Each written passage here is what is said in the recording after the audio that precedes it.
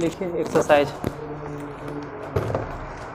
कितना था। Exercise 5.2 5.2 question number 6। यहाँ ही दिए बोलेंगे, चिंता नहीं करो। कैमरा के सामने इंग्लिश नहीं बोलते हैं, यहाँ नहीं भांजना।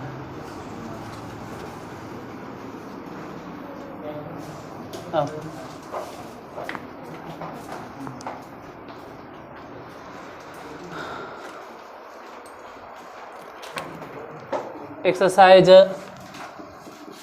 5.2 क्वेश्चन नंबर 6। बोलिए क्या। 3i बस इतने है ये उसमें। यहाँ अगर रियल पार्ट नहीं कुछ है तो अपने मने से मान लेना है कि 0 नहीं कुछ है। तो अभी जो भी है z बराबर है मॉड ऑफ z बोलो, मतलब अंडर रूट रियल पार्ट के स्क्वायर तो 3 के स्क्वायर ऐसे भी 9 और 0 के स्क्वायर 0। अगर दोनों जोड़ भी देते हैं तो मॉड ऑफ z बराबर 9 है और 9 के रूट डायरेक्ट 3, वैसे ही लिख के छोड़ दीजिए। अब कंजुगेट के लिए tan थीटा बोलो, और tan थीटा का सूत्र मॉड ऑफ y बटा x। tan थीटा बराबर y देख कर बताओ उसमें कितना है। y मतलब इमेजनरी पार्ट, इमेजनरी कितना, कोई गलती से इसको y नहीं समझ ले, रियल पार्ट है। वो लिखा है उल्टा पुल्टा, इसको संभल के लिखना चाहिए था 0 + 3i। नियम कहता है कि आप पहले रियल पार्ट लिखिए अब बाद में, अरे जोड़ में कोनो फर्क नहीं पड़ता। हम ऐसे लिख दिए तो उससे कोई दिक्कत नहीं है, हम ऐसे वैसे जैसे तैसे कुछ भी लिखे सब सही है। तो y माने कितना, y मतलब 3 और x मतलब 0।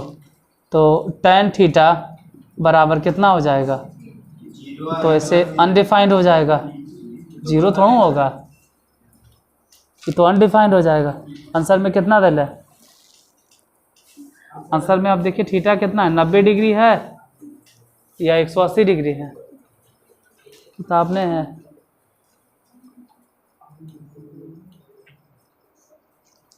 किताबें ने तो क्या करें, छोड़ो। आई ने है सिर्फ -3 है, हम लिख दिए 3i। कोई बात ना, अगर अब ये लिख दिए ना तो अब यही बताएंगे, अब हम यही बताएंगे। ये तो एक तरह से हो गया इनफाइनाइट या अनडिफाइंड। तो थीटा बराबर कितना, 90 डिग्री। इनफाइनाइट तो 90 डिग्री पे होता है। अब जब लिख दिए 3i पे तो हम ऐसे ही बताएंगे। और ये थीटा ऐसा लगता है कि घुमा फिरा के फर्स्ट क्वाड्रेंट में है, क्योंकि यहाँ से समझ में आ रहा है फर्स्ट क्वाड्रेंट में। तो सब चीज़ यही है, आर्गुमेंट यही, प्रिंसिपल, तो सब जब यही है ये है तो उतना टाइम काहे बर्बाद करें। डायरेक्ट लिखो पोलर फॉर्म। फार्मूला होता है mod of z into cos theta plus में i साइन थीटा। फिलहाल यहाँ मॉड ऑफ z कितना चल रहा है, 3 है तो 3 बैठाइए, और कॉस थीटा माने कितना i और साइन थीटा माने π/2। जितना आ गया वही आंसर। 1 मिनट, छापने से पहले अगर क्वेश्चन ऐसे होता तब मान लेते हैं कि क्वेश्चन 6ठा नंबर में यहाँ सिर्फ 3 होता तो हाँ -3 मान लेते हैं कि इस बार -3 है, हम +3 -3 सभी मान के देख लेंगे। अगर सिर्फ 3 है, सिर्फ हम प्लस ही मान लेते हैं, अभी प्लस ही मान के चलते हैं कि सिर्फ +3 है। तो z बराबर हो गया 3, यानी इसमें अगर इमेजनरी पार्ट कुछ नहीं दिखाई दे रहा है 0i, तो पहले तो मॉड ऑफ z बोलो, मॉड ऑफ z। तो डायरेक्ट 3 लिख देते हैं।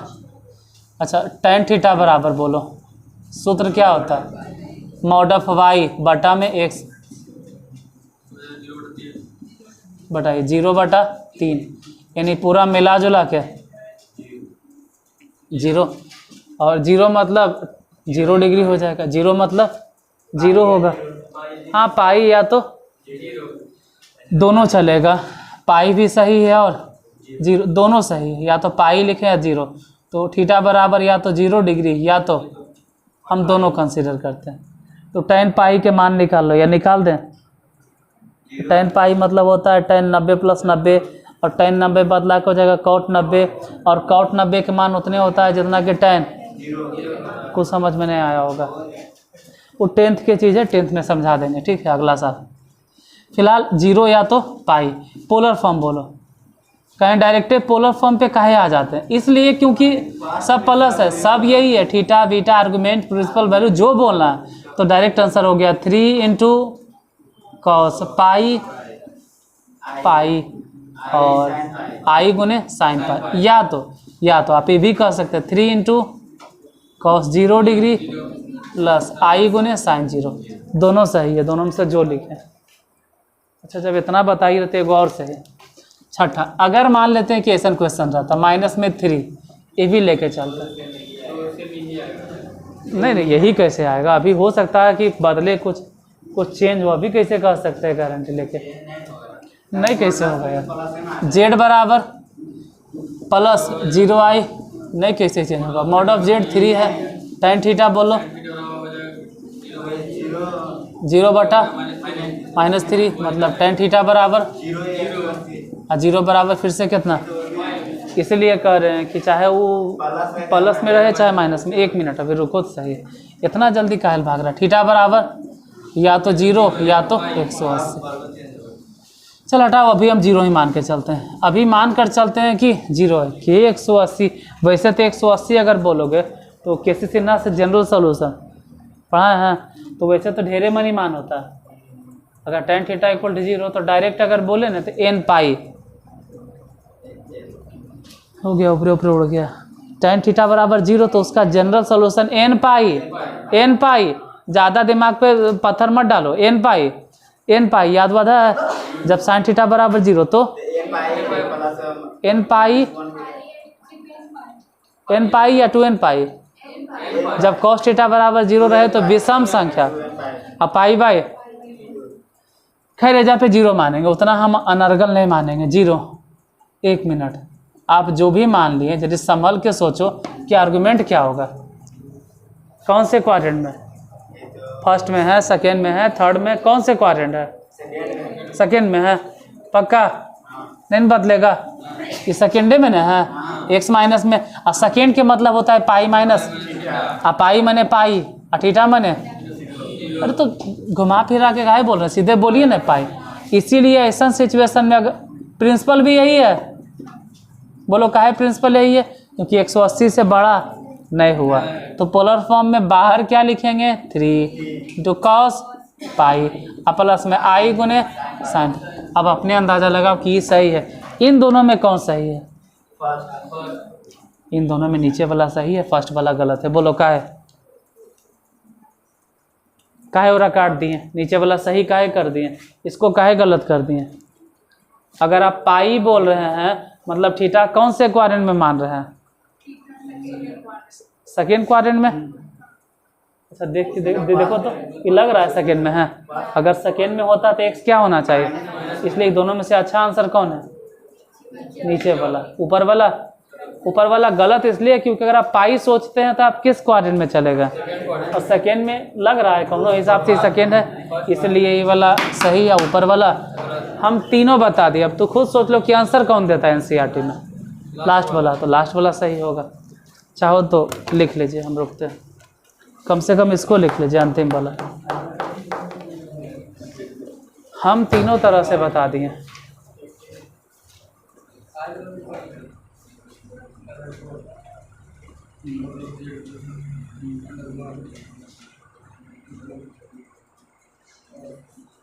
tan 30 डिग्री का मान बताओ पीछे से तुम, लास्ट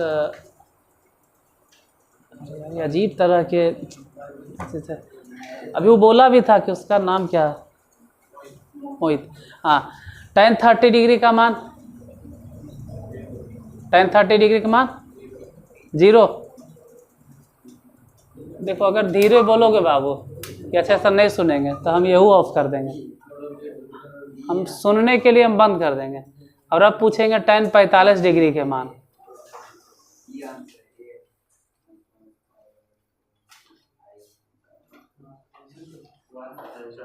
वन, हाँ tan 45 के मान 1 ही होता है। अच्छा, बहुत अच्छा है। tan 0 डिग्री के मान,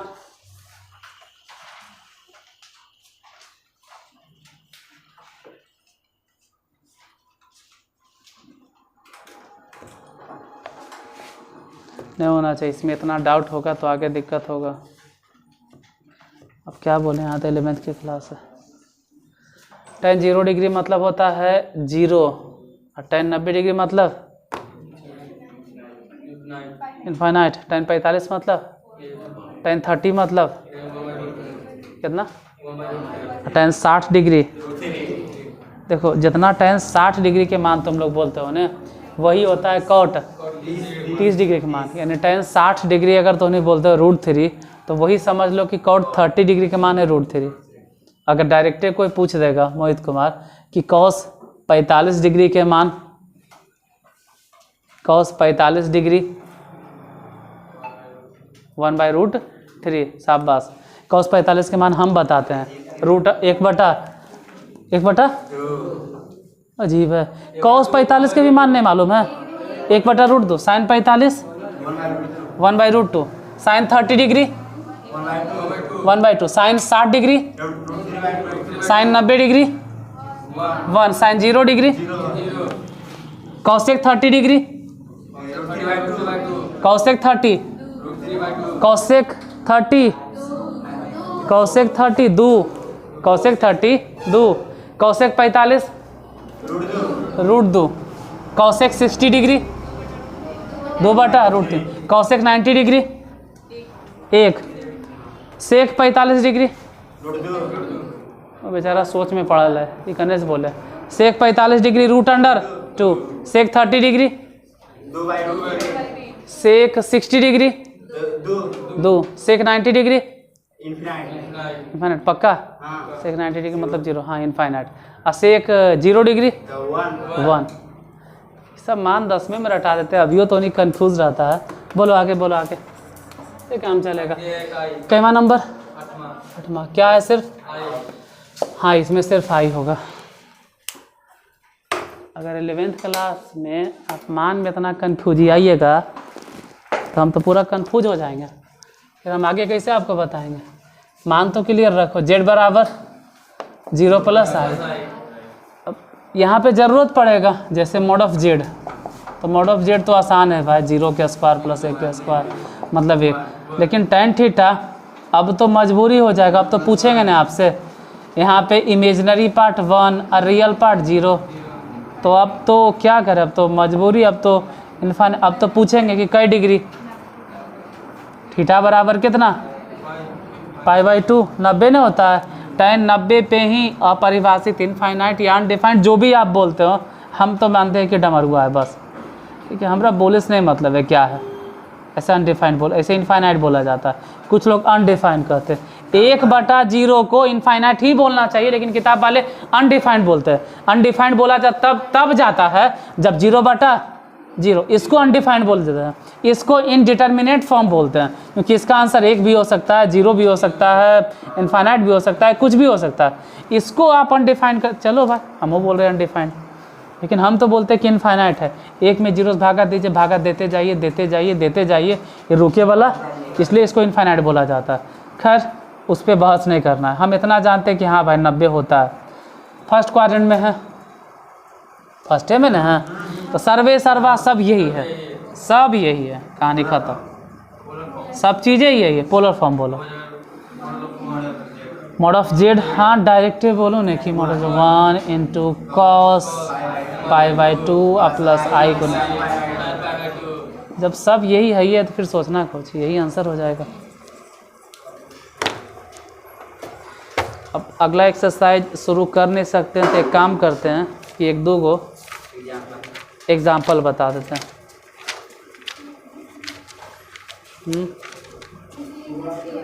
मिसलेनियस भी है, अच्छा अजीब अजीब से बोलते हो तभी ना मजाक उड़ाते हैं, तो ऐसे अच्छे से उड़ाते हैं। हमको नहीं मालूम मिसले, हम अभी खुद बोल रहे हैं कि अभी नहीं शुरू करना। एग्जाम्पल लिखिए, शुरू करेंगे मिसलेनियस से बताएंगे। अगला मिसलेनियस जानते हो कब होगा, जब क्वाड्रेटिक ख़त्म हो जाएगा ना तब है। उससे पहले तो जानते हैं अभी 5.3 है, आप जो कह रहे हैं मिसलेनियस, उससे पहले 5.3, अब 5.3 में 10 हिसाब है, बतवे के चाहे ना तो अभी 10 हिसाब 10 मिनट में ख़त्म कर दें, कर सकते हैं, लेकिन नहीं करेंगे। कम से कम अगला वीडियो बनाना है जो। लिखो एग्जाम्पल लिखो, कितना जल्दी ख़त्म कर देंगे तो साल भर की झोल, उसको क्या कहते हैं, ढोल बजाएंगे। हाँ हाँ, अरे यहाँ नहीं चलाएंगे वो, यहाँ कैसी सिन्हा और ये वाला। लिखिए रिप्रेजेंट द एग्जाम्पल्स, लिखिए कुछ एग्जाम्पल्स बता देते हैं। ये क्लास को बंद करे से अच्छा है कुछ एग्जाम्पल लिखो। Represent the complex number z बराबर i plus √3। Represent the complex number z equal to 1 plus i√3। z equal to 1 plus i√3। अरे आपका माध्यम हिंदी है चाहे इंग्लिश है, लिखना तो तुमको जेड ही पड़ेगा। कहीं ऐसा ना आप लोग नहीं सोच रहे हैं कि जेड को ज लिखेंगे, आई को ई लिखेंगे, ये सब दिमाग में मत लाना। आपको तो लिखना यही पड़ेगा Z equal to 1 plus i√3। और फिर हिंदी मीडियम में फिर भी आपको लिखना होगा इन द पोलर फॉर्म, मतलब ध्रुवीय रूप। ज़्यादा लिखोगे तो ध्रुवीय रूप में बदलें। समझना ही है कि जेड बराबर कितना बोले, 1 प्लस i√3, 1 प्लस i√3। और आपको लिखना क्या है, पोलर फॉर्म में। बताइए तो कितना आंसर आएगा, पोलर फॉर्म में बदलिए कितना आंसर आएगा। तो उतना आगे पीछे कहाँ लिख रहे हो, सिर्फ जेड बराबर लिखो ना, 1 प्लस √3i लिख लिए और फिर पोलर फॉर्म में बनाइए।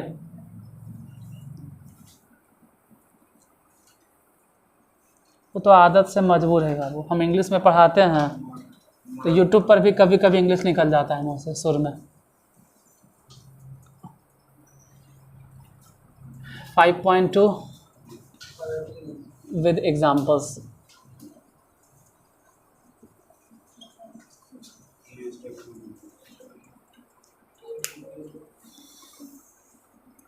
मॉड ऑफ जेड निकालेगा तो 2 आएगा। मॉड ऑफ जेड निकालोगे 2 आएगा, आया है। मॉड ऑफ जेड 2 आएगा।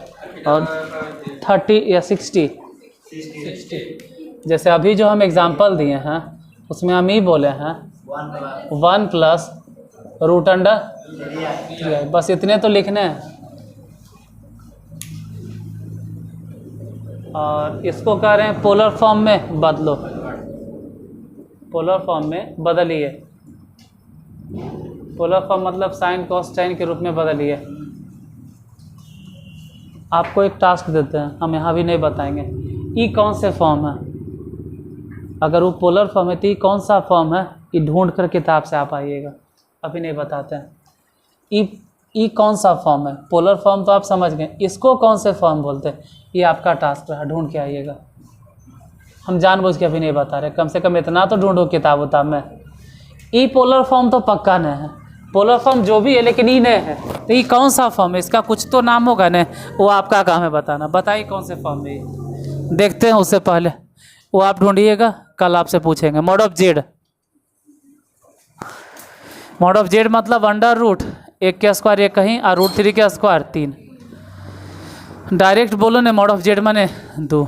अच्छा, tan थीटा इक्वल टू सूत्र बताइए, मॉड ऑफ y/x। y माने देख के बोलो कितना है, √3। x मतलब 1। अब बताइए कि तो सिर्फ √3 है, सिर्फ √3 है। √3 कई डिग्री के मान, 60 डिग्री के मान, π/60 डिग्री नहीं, π/3। अब अगर किसी को मान नहीं याद है तो 10वां वाला अर्चना बैच देख लो बाबू, पढ़ ले यूट्यूब पे, होकर और कोई उपाय नहीं। अभी देखना है कि जो भी निकला थीटा, उससे पहले ज़रा एजा देखिए। कॉम्प्लेक्स नंबर फर्स्ट क्वाड्रेंट में है तो पूरा सर्वे सर्वा सब आर्गुमेंट प्रिंसिपल वैल्यू सब यही है, कहानी ये ख़त्म। जब सब यही है ये है तो पोलर फॉर्म में सूत्र क्या होता है, mod of Z into plus में आई इंटू साइन थीटा। बोलिए मॉड ऑफ जेड कितना है, 2। कॉस थीटा मतलब बोलो π/3 प्लस आई गुने साइन थीटा मैंने π/3। चलो NCERT से एक चीज़ पता चलता है कि हिसाब ऐसे बनेगा। बाकी ढेर हिसाब बनाना है तो कैसे सिनास बनाइए। एक और क्वेश्चन देते हैं, कोई बना सको तो बताना।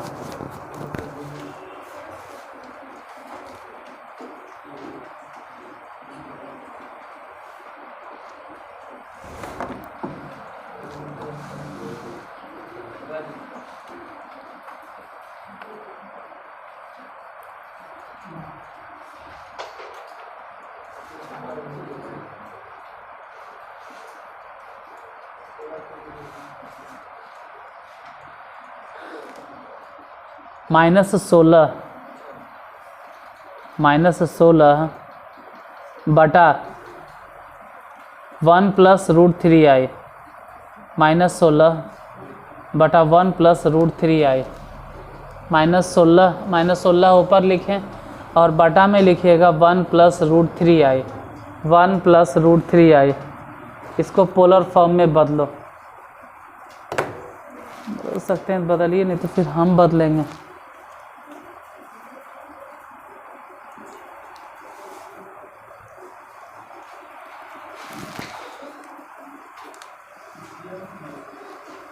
कितना बोले एग्जाम्पल, -16 बटा में 1 + √3i। ऐजा तो नीचे ने है, दोनों के दोनों दिक्कत है, नीचे में दोनों दिक्कत कर रहा है। पहली बात कि 9वें में पढ़ावल जाता है कि नीचे रूट नहीं होना चाहिए, पहला चीज़ तो नीचे रूट नहीं होना चाहिए, 9th क्लास में पढ़ावल गया है। दूसरा 11th में हम बोलते हैं कि नीचे आयोटा नहीं होना चाहिए, ये दोनों दिक्कत कर रहा है। तो क्या करें अभिजीत, तू बोलो। ऊपर नीचे गुना करेंगे, और गुना कैसे करेंगे, चिन्ह बदल के। हाँ, अगर प्लस है तो हम 1 - √3i से ऊपरों में गुना और 1 - √3i से नीचे भी गुना। अगर ऊपर गुना करेंगे ना तो जैसे ही 16 वहाँ गुना करेंगे, चलो गुना करेंगे क्या, ऐसा ही रह देते हैं, 10 के 10। नीचे बोलो, नीचे a + b ब्रैकेट में घेर दो, a - b ब्रैकेट में घेर दो। अगर नहीं घेरिएगा तो अनर्थ हो जाएगा, तब इसका ही मतलब हो जाएगा कि आप √3 से सिर्फ 1 में गुना कर रहे हैं।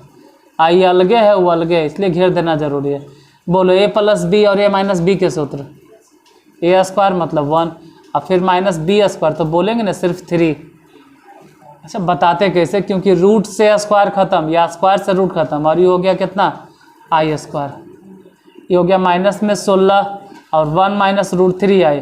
फिर एक चीज़ और बोलते हैं कि अगर कभी भी i² दिखाई दे, कहीं भी i² दिखाई दे तो i² के वैल्यू, i² के मान -1 i² के वैल्यू होता है, इसीलिए तो 1, और ये हो जाएगा प्लस का है लिखे, क्योंकि i² के मान आप खुद बोल रहे हैं कि -1, तो -1 और यहाँ माइनस, इसलिए प्लस। तो ऊपर हो गया -16 × 1 - √3i। नीचे बताइए दोनों को जोड़कर 4 से काट दो, कई बार में, 4 बार में। अब 4 बाहर कितना देर तक रह दीजिएगा, अगर आप समझते हैं तो गुना भी कर दीजिए, माइनस में 4 और यहाँ प्लस 4 √3i। एक चीज़ यहाँ ध्यान देना, अभी सिर्फ आप निकाले हैं कोई चीज़ जेड, अभी तो हिसाब बनना, अभी तो शुरू भी नहीं हुआ बनना, अब निकालना स्टार्ट करेंगे। अब पूछेंगे कि मॉड ऑफ जेड बोलो, अब तो स्टार्ट ही किए, मॉड ऑफ जेड बताइए। 4 के स्क्वायर तो 16, अब प्लस में, हाँ डायरेक्ट 48, दोनों को अगर कहें कि जोड़ दो, √64, और 64 के रूट हम जानते हैं 8। अब इसके बाद बोलेंगे tan थीटा बताइए, सूत्र होता है मॉड ऑफ y बटा x। बोलो tan थीटा, y कितना नज़र आ रहा है, y 4√3 और x कितना, आप भले माइनस में लिख दीजिए, अगर कोई मतलब है वैसे भी नहीं बचेगा, अगर है भी तो नहीं बचेगा, तो लिख भी दिए तो कोई फ़ायदा नहीं, तो कोई नुकसान भी नहीं हुआ, बचा सिर्फ कुछ √3 ने। और tan में √3 कई डिग्री के मान होता है, 60 डिग्री को लिखा जाता है π/3।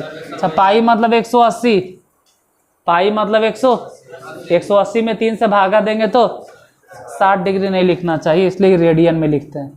अब देखना है कि आर्गुमेंट यही है या बदलेगा, काहे ने है? क्योंकि जो भी कॉम्प्लेक्स नंबर आप लिखे हैं ये कौन से क्वाड्रेंट में? सेकेंड में न है, जिसमें एक्स माइनस और वाई, तो सेकेंड क्वाड्रेंट में एक्स माइनस और वाई प्लस, तो कौन से क्वाड्रेंट में? और सेकेंड में आर्गुमेंट जेड हम बताए हैं क्या? पाई माइनस थीटा, थीटा मतलब पाई बाई 3। ये जो एक चीज़ समझा दें जहाँ पे, पाई मतलब क्या डिग्री? 180 में से कुछ भी घटेगा, 180 में से कुछ भी घटेगा तो उसका मान 180 से कुछ भी घटे, फिलहाल घटा के बताइए 2 पाई बाई 3। और ये फिक्स है कि यही वाला हो गया प्रिंसिपल। आपको कैसे पता चल गया? अरे अभी यही तो बोल रहे थे कि 180 से कम है, इसीलिए यही हो गया प्रिंसिपल वैल्यू ऑफ आर्गुमेंट, यही हो गया। तो पोलर फॉर्म ने बताइए लगले, पोलर फॉर्म बोलो क्या लिखे? बाहर तो मॉड ऑफ जेड, जेड कितना निकला? कहाँ लिखल है? 8 है ना, तो 8 हो गया। अब अंदर में कॉस थीटा मैंने कितना? 2 पाई बटा 3, और प्लस में आई साइन थीटा मैंने कितना? 2 पाई बटा 3 बन गया। लिखो और जाओ तो।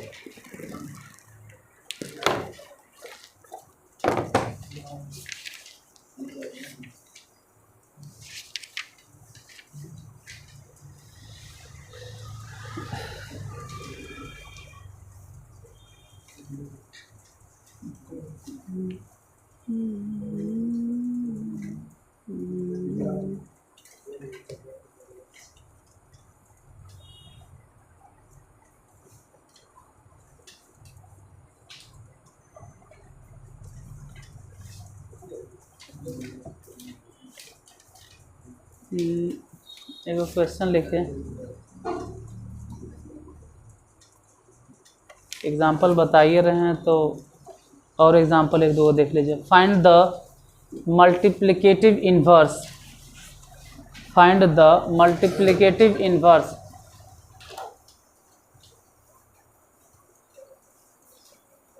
मैथ अगर समझ में आता है तो हिसाब बनना चाहिए, और अगर नहीं बन रहा है तो पता नहीं झूठ मूठ के आप समझ रहे हैं। Find the multiplicative inverse of 2 - 3i।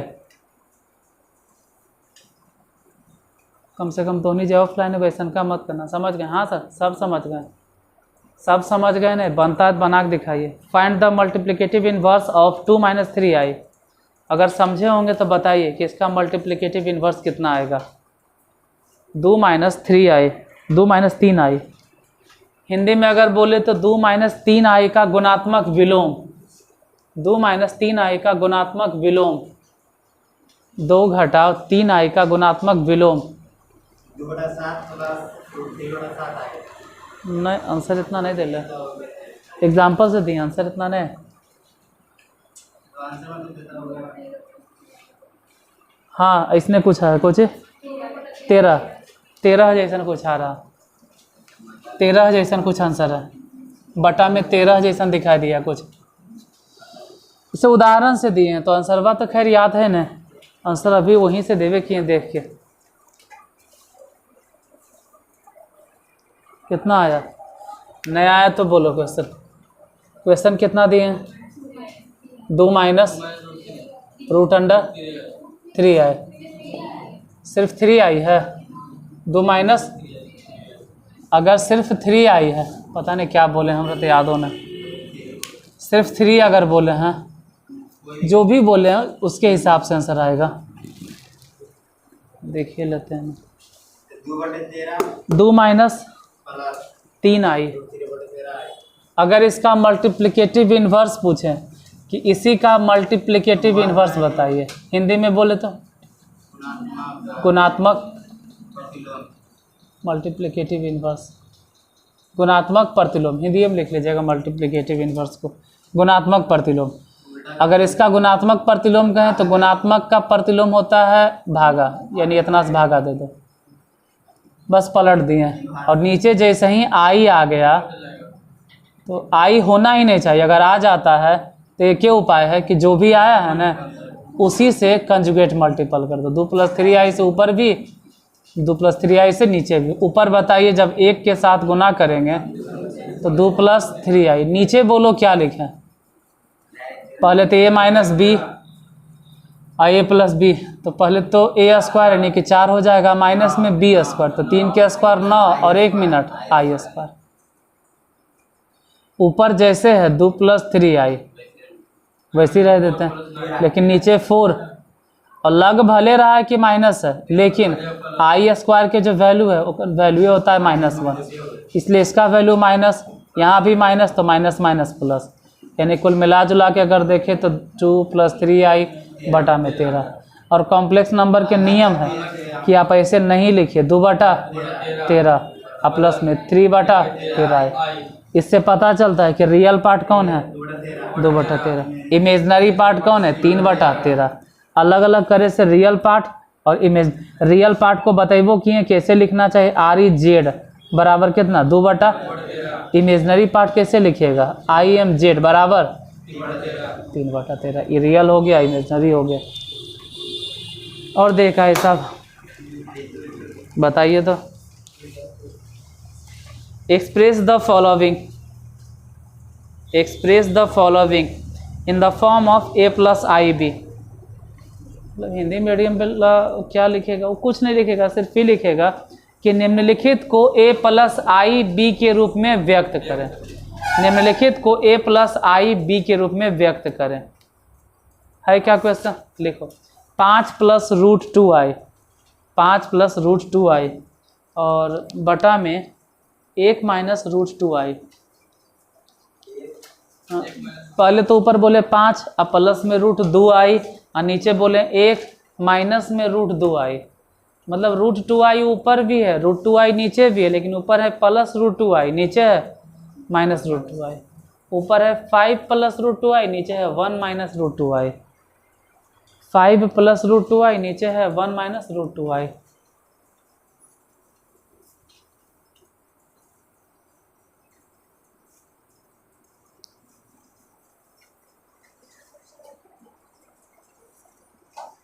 इसको दोबारा संभव है, देख सकते हो, मतलब YouTube पे दोबारा देख सकते हो। अगर देख सकते हैं तो कोशिश समझने की कीजिए, दोबारा बनवे क्या, अगर नहीं बने तो देख लेना दोबारा, खुद से बनावे की कोशिश करना। मिटाते हैं, यहाँ सिर्फ समझे, ध्यान दीजिए, घर में जाके अपने से बनाइए। अगर बनाते बनाते अटक गए 1 प्लस, अगर कभी बनाते हुए अटक जाओ तो वीडियो देख लो। अगर नहीं घर में पॉसिबल है तो हमसे दोबारा पूछ, हम दोबारा बता देंगे ऑफलाइन, हम साइड में बता देंगे, मतलब इंडिविजुअली आपको बता देंगे किसी को भी।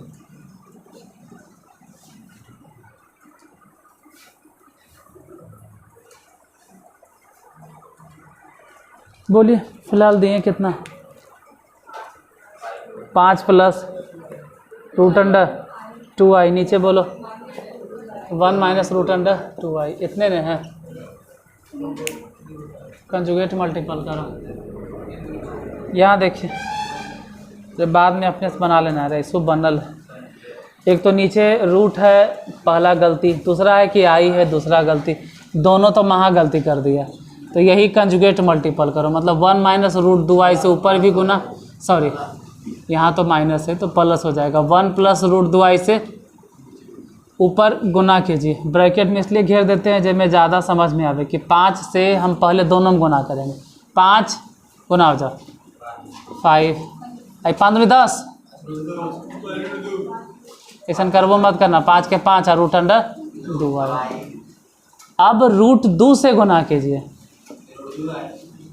तो इसमें तो √2i आगे संभल के लिखना, पूरा होशो हवास में लिखना। √2 गुना हुआ तो सिर्फ 2 और 1 मिनट i² बटा में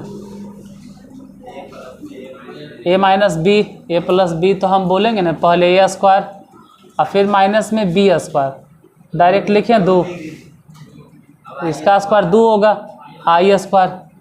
ऊपर अगर देखें तो यहाँ 5 है और वहाँ ध्यान से देखना i² के वैल्यू कितना, i² के वैल्यू -1 ने इस वजह से ई -2 हो गया। यहाँ लिख दिए एजा काहे लिख दिए हमर मर्जी, क्योंकि रियल पार्ट है वो रियल पार्ट है। यहाँ इमेजनरी दोनों को अगर जोड़ देंगे तो 6√2 आए, बटा में बोलो 1, हाँ ये प्लस में 2, एजा प्लस काहे हो गया, क्योंकि आई स्क्वायर के वैल्यू कितना -1, इसका मान आई स्क्वायर के मान कितना माइनस माइनस प्लस, ऊपर बताइए तो 5 में से 2 गया प्लस में बटा में। हाँ अगर आपको लगता है कि हम कॉमन ले सकते हैं तो कॉमन लो, नहीं लगता है तो अलग अलग कॉमन लीजिए, अलग अलग लीजिए। ऐसू तो कटने 3 से 3 इसे ही तो भी कट झट मतलब पूरा 1 हो जाएगा, पूरा काट छाट के आई 2√2 आए। अभी पूरा हिसाब बन गया और कुछ हम सोच रहे हैं, जानते हो कहाँ, पोलर फॉर्म। अच्छा इसमें रियल पार्ट बताइए, real part of complex number 1, imaginary part. जैसे हम पूछ रहे हैं, अगर वो पूछेगा कभी तो बता दीजिएगा, ये रियल पार्ट 1 और इमेजनरी पार्ट जो आयोटा के साथ है।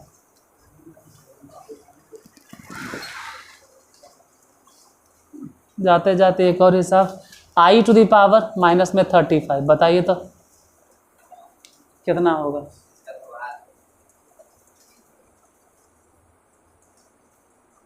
कभी भी पावर अगर माइनस में हो तो पहले प्लस में बना,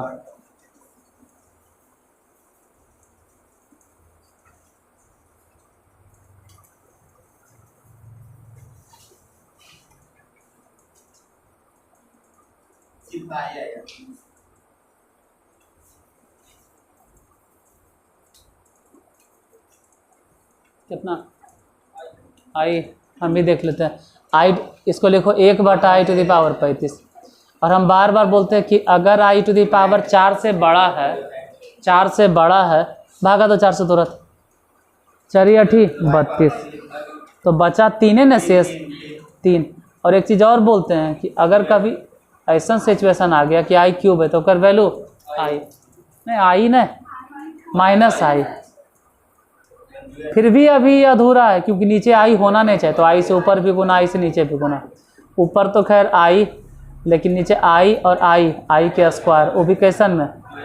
अच्छा ऊपर चलो भाई आई, और नीचे इसका वैल्यू क्या होता है, आई स्क्वायर के वैल्यू -1, और यहाँ जब पहले से माइनस है इस वजह से प्लस, तो कहानी ख़त्म। आई ज़्यादा कोई संभल के अगर लिखेगा तो लिखेगा 0 + आई, इसमें रियल पार्ट हो गया 0 और इमेजनरी पार्ट आई।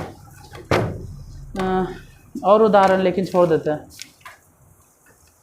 कॉम्प्लेक्स नंबर हाँ मेन रूप से ख़त्म, अब खाली क्वाड्रेटिक इक्वेशन है जिसको कल ख़त्म कर देंगे, फिर मिसलेनियस बता देंगे। और अगर तुमको लगे कि हमको बहुत ज़्यादा पढ़ना है तो बार बार बोलते हैं कैसे से ना बनाइए, मैथ बहुत ज़्यादा पढ़ना है कैसे से ना फॉलो कीजिए। और ऐसे हम जितना बता दिए NCERT में, अब कोई भी किताब उठाइएगा ना तो लगभग बनेगा, लगभग बनेगा, ये नहीं कहते सब बन जाएगा।